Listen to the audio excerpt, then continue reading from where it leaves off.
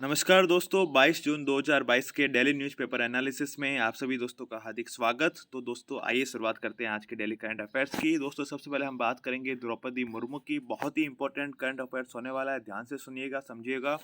द्रौपदी जो मुर्मू है उनको एनडीए यानी नेशनल डेमोक्रेटिक अलायंस, राष्ट्रीय जनतांत्रिक जो गठबंधन है, बीजेपी समर्थित जो गठबंधन है उसको उसकी तरफ से राष्ट्रपति का कैंडिडेट बनाया गया है द्रौपदी मुर्मू को।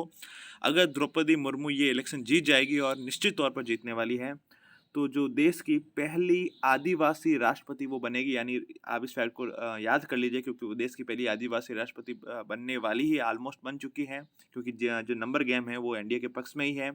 अब ये कहाँ से आने वाली है, वो ओडिशा राज्य की है, और इससे पहले वो झारखंड की राज्यपाल भी रह चुकी है और झारखंड की पहली महिला आदिवासी राज्यपाल भी थी। झारखंड की भी पहली महिला आदिवासी राज्यपाल थी, और अब जब देश की राष्ट्रपति बन जाएगी तो देश की भी पहली महिला जो आदिवासी राष्ट्रपति हो जाएगी, और देश की पहली आदिवासी राष्ट्रपति भी हो जाएगी, क्योंकि आदिवासी समुदाय से भी देश का कोई राष्ट्रपति नहीं बना है। महिला आदिवासी राष्ट्रपति भी होगी और पहली आदिवासी राष्ट्रपति भी होगी।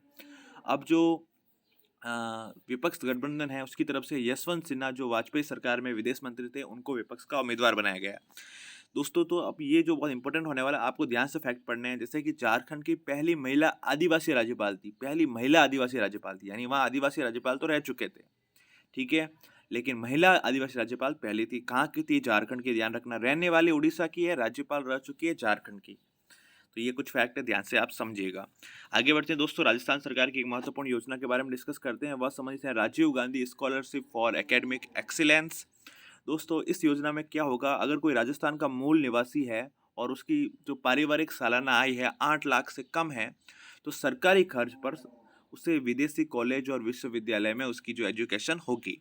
तो Rajiv Gandhi scholarship for academic excellence की पात्रता कौन कौन सी है कि राजस्थान का मूल निवासी होना चाहिए, सालाना वार्षिक इनकम 8 लाख से कम होनी चाहिए, और जो सरकारी खर्च पर उसे विदेशी कॉलेज विश्वविद्यालय में पढ़ाया जाएगा। आगे बढ़ते हैं दोस्तों, ये भी बहुत ही इंपॉर्टेंट करंट अफेयर्स है, और ये समझते हैं रुचिरा कंबोज से।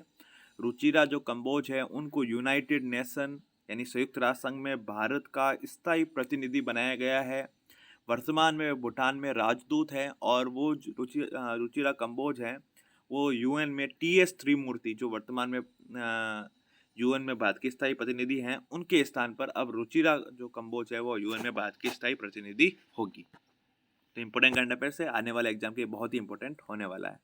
आगे बढ़ते हैं दोस्तों, ये समझते हैं लिसा स्थालेकर। लिसा स्थालेकर ऑस्ट्रेलिया की पूर्व महिला क्रिकेट कप्तान रह चुकी हैं, और भारतीय मूल की ही एक क्रिकेटर है। उनको फीका फीका होता है, मतलब जो कह सकते हैं आप, federation of international cricketers association, यानी जितने भी क्रिकेटर्स होते हैं उनकी एक एसोसिएशन बनी हुई है, ठीक, जिसमें पुरुष क्रिकेटर भी है, महिला क्रिकेटर भी है।